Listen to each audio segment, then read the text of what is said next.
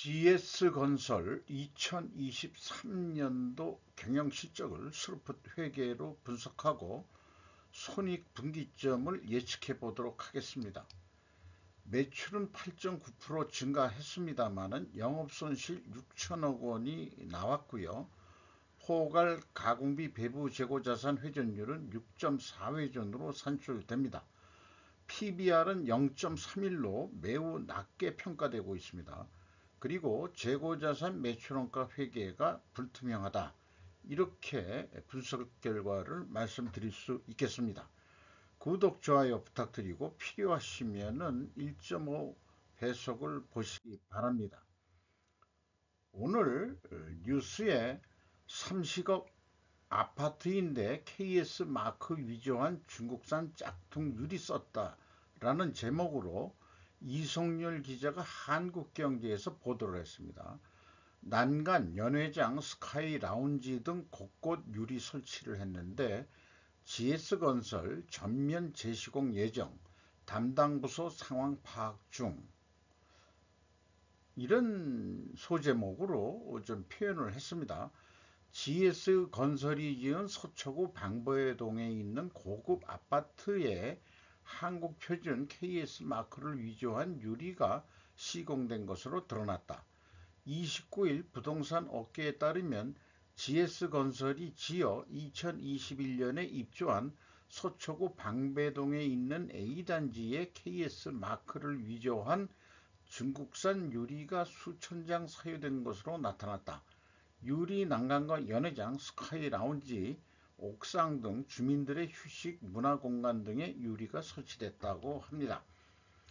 GS건설 하청업체 가운데 한 곳이 중국산 위조품을 납품해 시공이 이루어지게 됐다고 그 이유를 설명하고, 납품업체와 수입업체는 최근 당국의 처벌을 받았고, 다만 시공 총책임자인 GS건설도 관리감독 소홀이라는 책임을 피하긴 어려울 전망이다.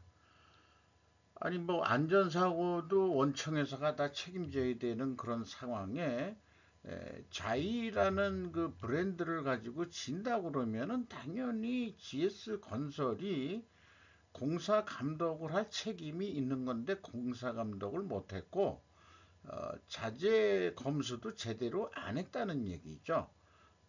이 자재 검수가 그냥 패스가 된다고 하면은 KS 마크까지 찍었으면은 우선 밝히기는 어려울지 모르지만은 요런 등은 분명히 누가 꼰질렀을 거예요. 그 불이익을 당하고 그 다음에 불만인 사람이 이게 뭐 방배동에 있는 자이 아파트인지는 몰라도 고층 아파트인데 하나의 뭐 캐슬 같죠? 캐슬.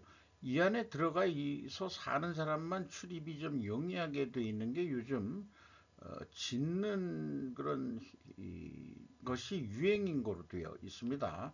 아무나 이렇게 그 아파트 단지 내에 못 들어가게 하고 정문에서부터 말하자면 경비실이 있고 이렇게 되어 있죠. 자, 그건 그렇고, 그래서 원가회계 손익으로서 매출이 9조 3,778억 원으로서 전년보다 8.9% 증가했고요. 포괄 가공비 배부 재고자산은 좀 줄였어요. 줄이면은 원가회계는 좀 기대치만큼 영업이익이 안 나오고 뭐 결국 적자입니다만은 더 적자가 났을 겁니다. 그 다음에 매출원가가 23.5%나 크게 증가했죠. 그러니까 매출 총이익부터 적자고 판매관리비를 15.2% 줄였습니다만은 영업손실은 7,094억 원으로서 352.5%가 영업이익이 하락했습니다. 영업이익률 마이너스 7.6%입니다. 그런데 이 건설업은 계약자산, 미청구공사라고 표현하기도 하고 계약자산이라고 표현하는데 이게 아직 청구하지 않은 것을 그 수익으로 인식하는 방법이거든요. 그래서 요거를 그 계약자산 증감액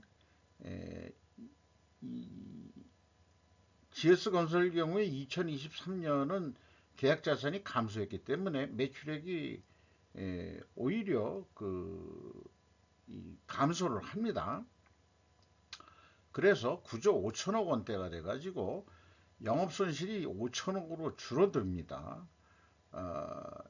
요 얘기는 이 매출이 좀 현재 공시된 것보다 줄더라도 실제 영업이익도 같이 줄 것이다, 이렇게 좀 볼 수 있겠어요.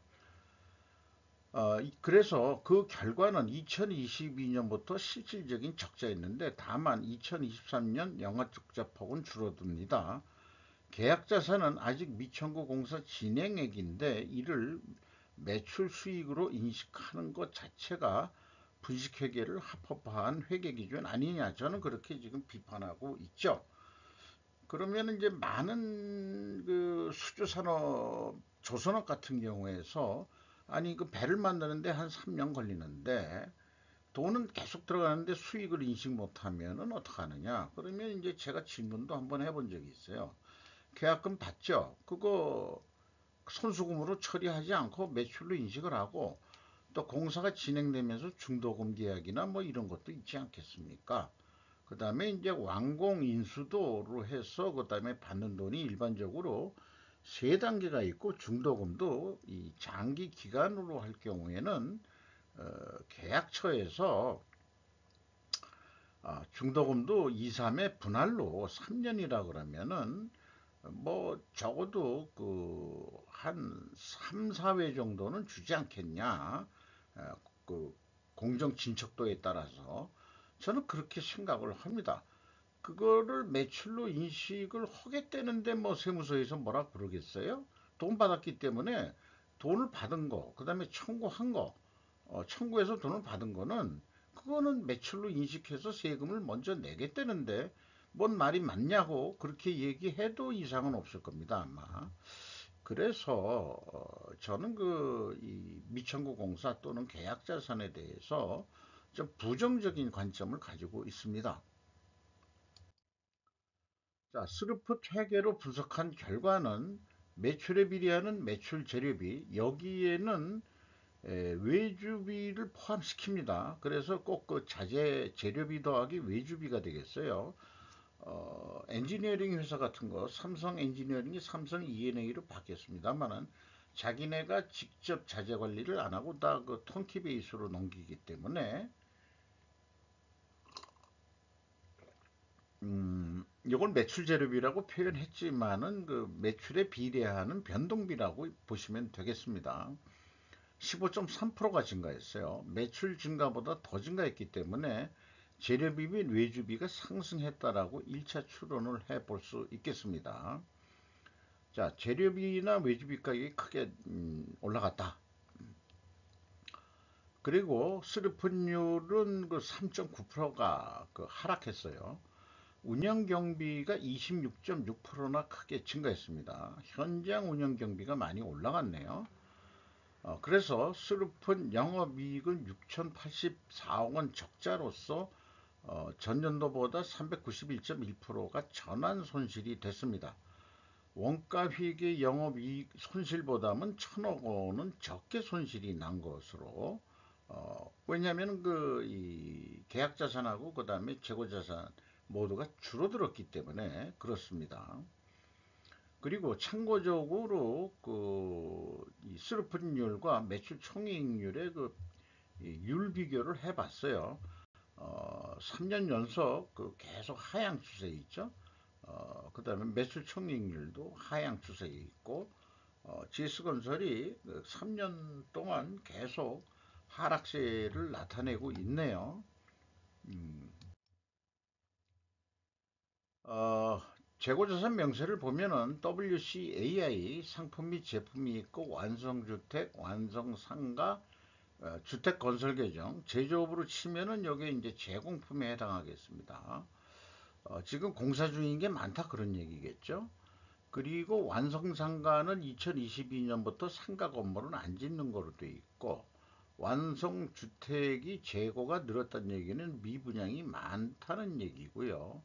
뭐 상품 및 제품은 뭘 파는 건지는 잘 모르겠습니다. 어쨌든 WCAI는 1170억 원이 감소했어요. 그리고 미천구공사 계약자산도 2082억 원이나 크게 줄어들었습니다. 어, 그리고 참고적으로 여기 용지가 있는데 2020년도에 용지가 있는데 5,246억 원이나 있었는데 2021년에 싹 없어졌어요. 전부 다 지금 주택 건설 계정에 가 있는 거냐? 이게 이 3천억에서 한 7,520억으로 했으니까 넘어간 것 같기도 합니다. 주택 건설 계정에서 나중에 완성 주택이라든가 완성 상가로 넘어가는 그런 것도 있을 수 있겠죠. 그렇게 일단은 생각을 해봅니다. 자관 재고들은 줄였다는 거, 그건 잘한 거고요. 비용의 성격적 분류를 MC하고 OE로 분류를 하는데, 디커플링 하는데, 외주비를 변동비 성격으로 건설업은 넣어서 분석을 하고 있습니다. ABC를 더한 MC는 18.5%가 증가했고, 운영경비는 26.6%가 증가했습니다. 이 운영경비 3조 3천억 원에서 판매관리비 4,490억을 빼면은 2조 8,921억 원이 현장에서 운영되는 경비라고 볼 수 있겠습니다. 이것이 31%로 상승했어요. 그러면 상대적으로 재료비와 외주비는 또 내려갔다라고 추론을 할 수가 있습니다. 그래서 이것은 또 일자 추론과 모순이 일어납니다. 이런 것들이 미리 언급하자 그러면은 다 계약 자산에 의해서 영향을 받고 있는 게 원인 아니겠느냐. 우선 그렇게 1차 판단을 해볼 수 있겠습니다. 재고자산 매출원가 회계 투명성에서 최종 이 BWCAI의 증감액이 여기 있는데 그거를 가감하면은 최종적으로 갭2가 남습니다. 요 354억 원, 요게 뭔지 저희로서는 합리적으로 추측할 방법이 없어요. 2021년도 갭은 용지가 대부분인데 그것이 주택건설 계정으로 넘어간 것인지 어디로 간 것인지는 분명치는 않습니다. PQ 총 제조비용 건설비용이라고 얘기하면 되겠습니다. 이 갭은 최종 계약자산의 증감액을 감해주면은 1차 재고자산의 변동범위 차이액하고 이 금액은 동일한 금액이 되겠어요. 이 금액이 뭔지 모르겠다 그런 얘기고요. 그 다음에 3차 현금 흐름표 기준으로 보면은 거의 뭐 맞아 떨어지긴 합니다만은 잔잔하게 이게 틀리는 것도 요거 문제가 있다. 이러면은 이제 우리는 아주 가비약게 좀 징그럽게 좀 물어보면 야 이거 어디다 해 먹었니? 이렇게 얘기해 볼 수도 있겠죠.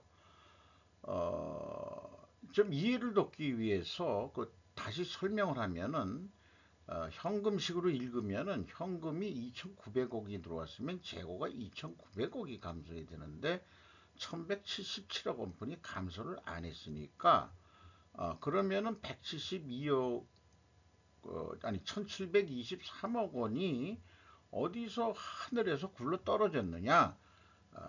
그게 아니고 투자 부동산에서 투자 부동산을 땅을 토지를 많이 가지고 있는 모양이죠. 이게 넘어온 거다. 그러면은 건설 재고 자산에 용지가 나와야 되는데 또 용지는 없거든요. 그러면 어디로 갔느냐? 건설 계정으로 간 거냐? 아, 그런 흐름이 분명치가 않습니다. 앞장에서 얘기했지만 이런 등등으로 인해 가지고 재고자산 명세는 흐름으로 표기를 해줘야 된다. 이것을 계속 주장하는 바이죠. 계약자산의 증감액도 갭이 있습니다. 현금 흐름표상으로 현금이 2,860억이 들어왔으면 그만큼 줄어야 되는데 더 줄었어요. 그래서 778억 원이 이 돈이 더 들어온 게 됩니다. 요거 보면은 적게 더 감소를 했거든요. 그래서 이게 무슨 일이냐? 그러면은 어, 요런 것이 이제 해명이 돼야 되는데 지금 봐서는 플러스니까 아마 대손 상각을 환입을 잡은 게 아닌가. 근데 미청구공사 계약 자산을 대손 상각을 잡는다는 것도 이게 비상식적인 거를 합법이라는 이름으로 세상에 그런 것도 맞죠. 상식적이지 않은데 합법 이름으로 이 일을 저질러 버리는 거. 그러니까 범죄를 합법이라는 의미로 범죄가 아닌 것으로 만드는 이런 일들이 회계만 있겠습니까? 현실 세계에 무조건 국회에서 법만 만들고 그 법에 저촉이 안 되면은 나는 뭐 도덕적으로 깨끗하다 이렇게 되는데 세상을 움직이는 것은 법보다도 도덕률이 우선되는 그런 시대로 돌아가야 되지 않겠냐 하는 생각도 납니다. 운영 경비로서 인건비가 6,197억 원이 집행이 됐는데 계속해서 매년 인건비가 떨어지고요. 직원들 수도 감소를 했는데 작년에 166명이나 감소를 했어요. 그런데 인당 평균 임금도 계속 1억 5천만 원 선에서 1억 1,700만 원 선으로 또 줄어들었거든요.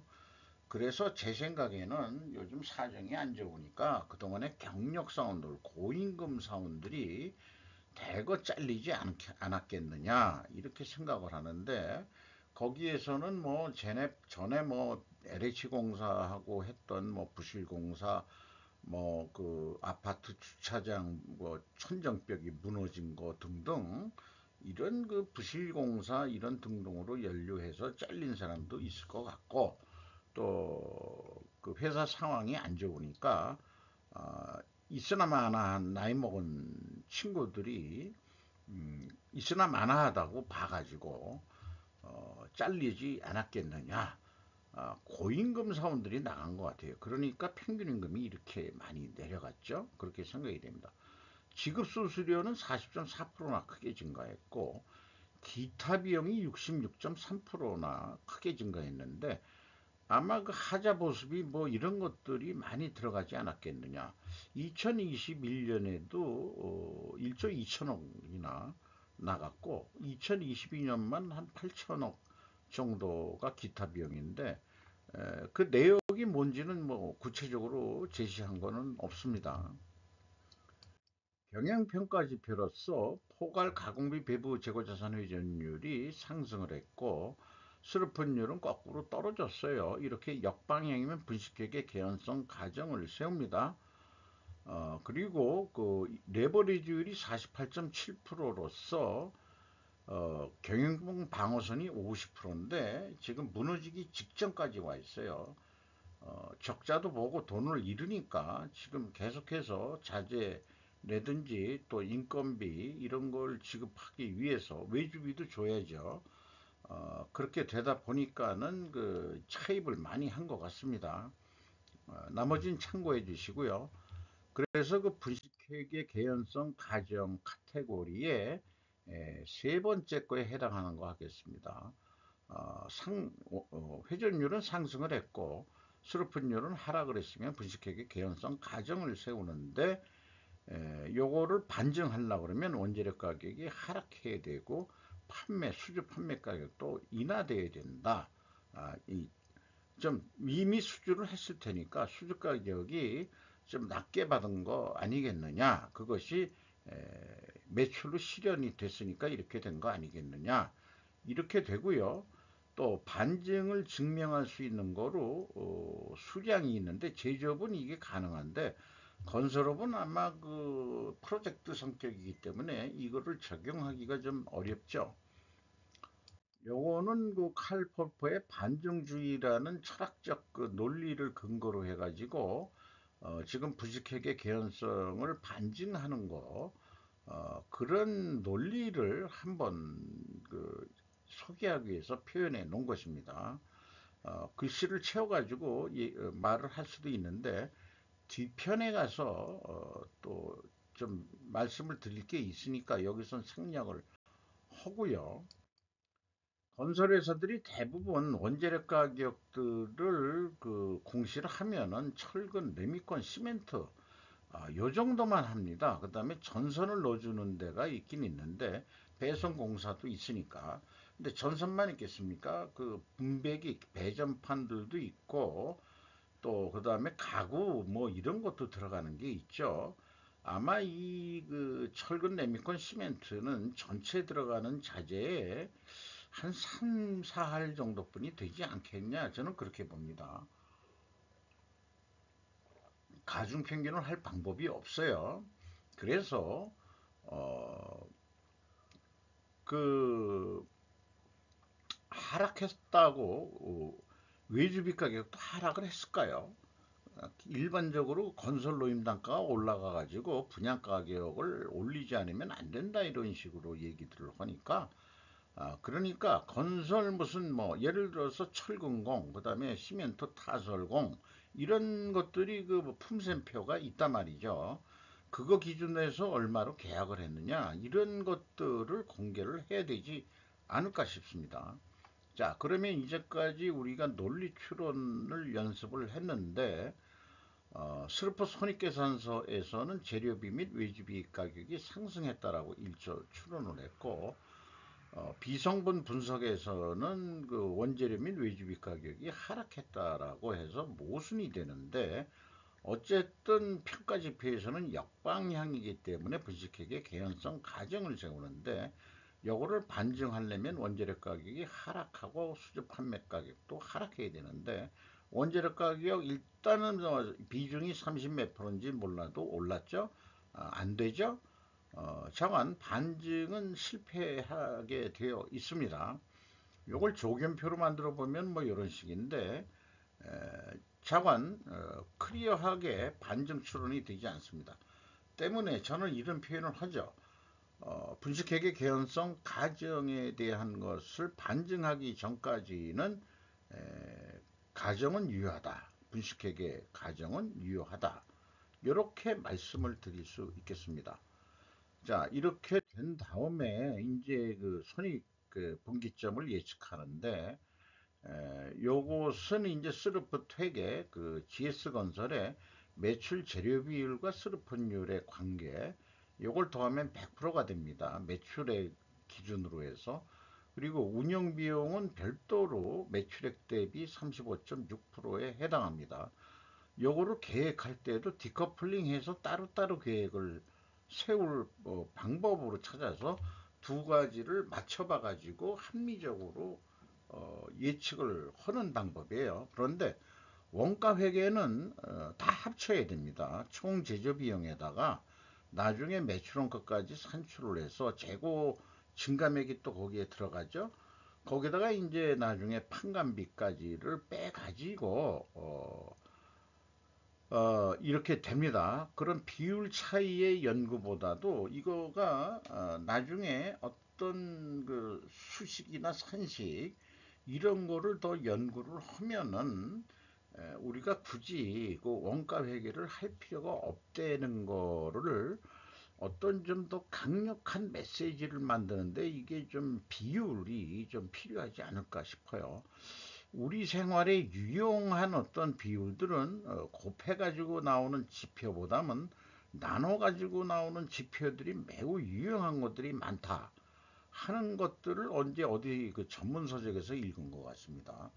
매출 재료비는 매출 재료비 나누기 매출액이고요. 스르프 또그 스르프 금액 돈 번 거 나누기 매출액이고 그래서 두 개 합쳐서 100%가 나오는 거고 운영 비용도 이거는 써서 없어져서 날아가는 돈이죠. 이 날아가는 돈을 재고에 애드 시킨다는 것 자체가 원가 회계가 잘못된 것, 잘못됐다기보다도 이제는 써먹기 어려운 그런 옛날의 논리인데 이것도 이제 매출액 로 나눈 겁니다. 뭐 다른 것도 뭐 다 마찬가지예요. 다 나눗셈에 의한 지표들이 되겠습니다. 자, 이렇게 표현했어요. 생산 과잉으로 덤핑을 하는 중국과 디커플링 해야 하듯이 재래비와 운영 경비 두 가지로 크게 디커플링을 해야 신세계를 맞이할 수 있다.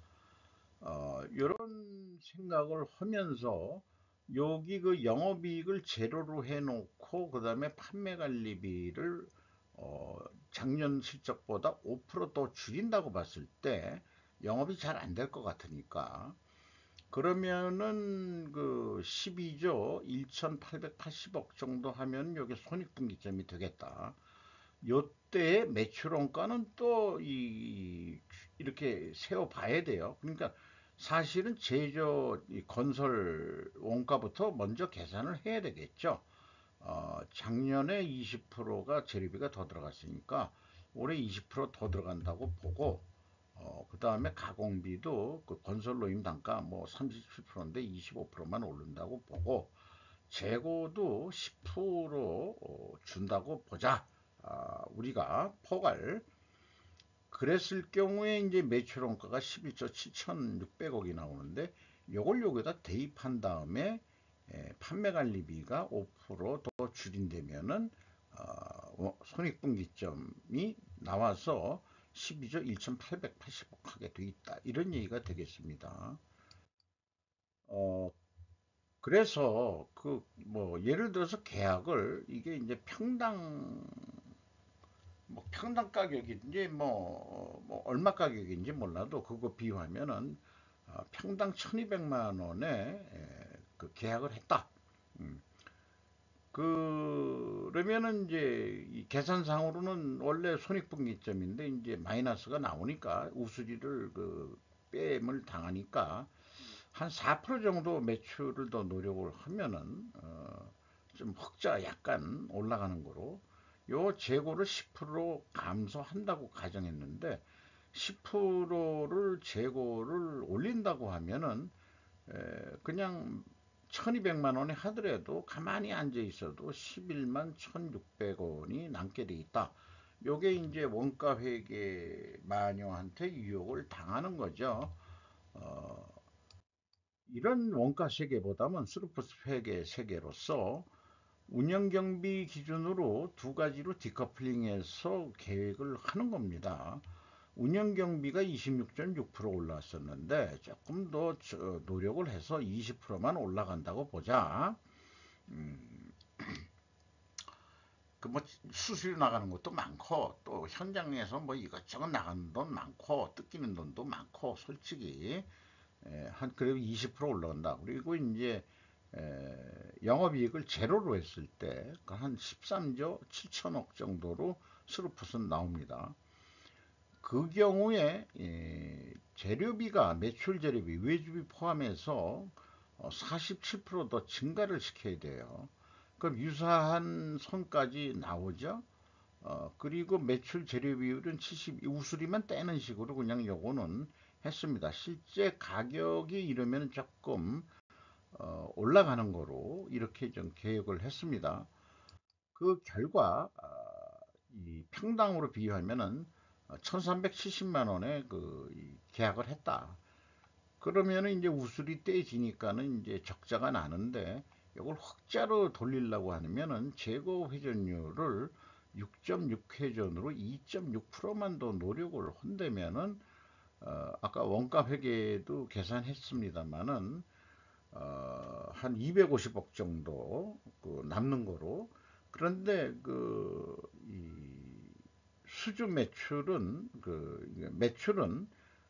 14조까지 올라가야 된다는데 문제가 있어요. 그래서 스루풋이 저는 그 합리적으로 하고 보는 건데 재고가 감소했을 경우에 스루풋 회계 기준은 예가가 높게 나오게 되어 있습니다. 요것도 이제 이 만든 알고리즘에 통해 가지고 나오는 어떤 이 예측 기준들의 어떤 카테고리 매트리스 표를 만들어 놓은 건데요. 재고가 감소했을 경우에는 보통 일반적으로 재고 회전율이 상승이 되고 이익이 증가하게 되겠습니다. GS건설 경우에는 영업 손실이 좀 적게 손실이 났다는 거고 판매가는 원가 회계보다 높게 나온다. 그래서 이 거시 경제로 볼 때는 디프레이션을 완화하는 그런 효과가 있다. 그러니까 재고를 줄인 기업의 납품 단가는 제발 깎지 말아라. 그래도 좀 남는 게 별로 없다. 현실은 그렇다. 이렇게 좀 말씀드릴 수 있겠습니다. 현금 지표로서 EAT 세후 현금 순이익은 4,121억 원을 벌었습니다. 현금 수익률은 5%, 전년보다 떨어졌고요. EMS 전 사업 활동으로 들어온 돈은 1조 원이 들어왔는데 최종 713억 원의 현금을 잃었다라고 볼 수 있겠습니다. 자본적 투자는 3,284억 원을 투자한 게 있네요. 그리고 종속기업 비율도 약간 비율이 올라갔어요. 이 자유현금 흐름, 프리캐시 플로우, 채권자한테서 4,655억 원을 돈을 더 빌려가지고 이자 부채가 레버리지율이 48.7%, 50%가 경영권 방어선인데 아주 위험 수위로 지금 됐습니다. 주주한테 그래도 이익 배당을 했는데 1.3%씩 요거는 뭐 마이너스는 돈이 더 들어왔다는 뜻인데 이때는 뭐 전환 뭔가 있어요. 그래가지고 540억이 들어온 거로 돼 있고 이렇게 되어 있습니다. 아마 경기가 실질적으로 안 좋았다는 거 알면은 이게 2022년부터 배당을 안 했어야 돼요. 저는 그렇게 생각을 합니다. 주가는 15,560원으로서 2023년 초보다 7,590원이 하락을 했고 PBR은 0.31분이 되질 않습니다. 아주 뭐 시중에서 평가 절하를 받고 있는 거죠. 허창수 씨가 8.2%, 국민연금공단이 8%, JP 모간이 한 18%, JP 모간만이 아니고 외국계 법인들일 텐데 JP 모간 거래가 될 때만 네이버에서 이렇게 띄워줍니다. JP 모간 어저께 그 JP 모간 CEO 다이먼의 어떤 그 미중 관계 발언을 스루프 타임즈에서 소개를 했죠. 이상 마치도록 하겠습니다. 조금 오래 걸렸네요.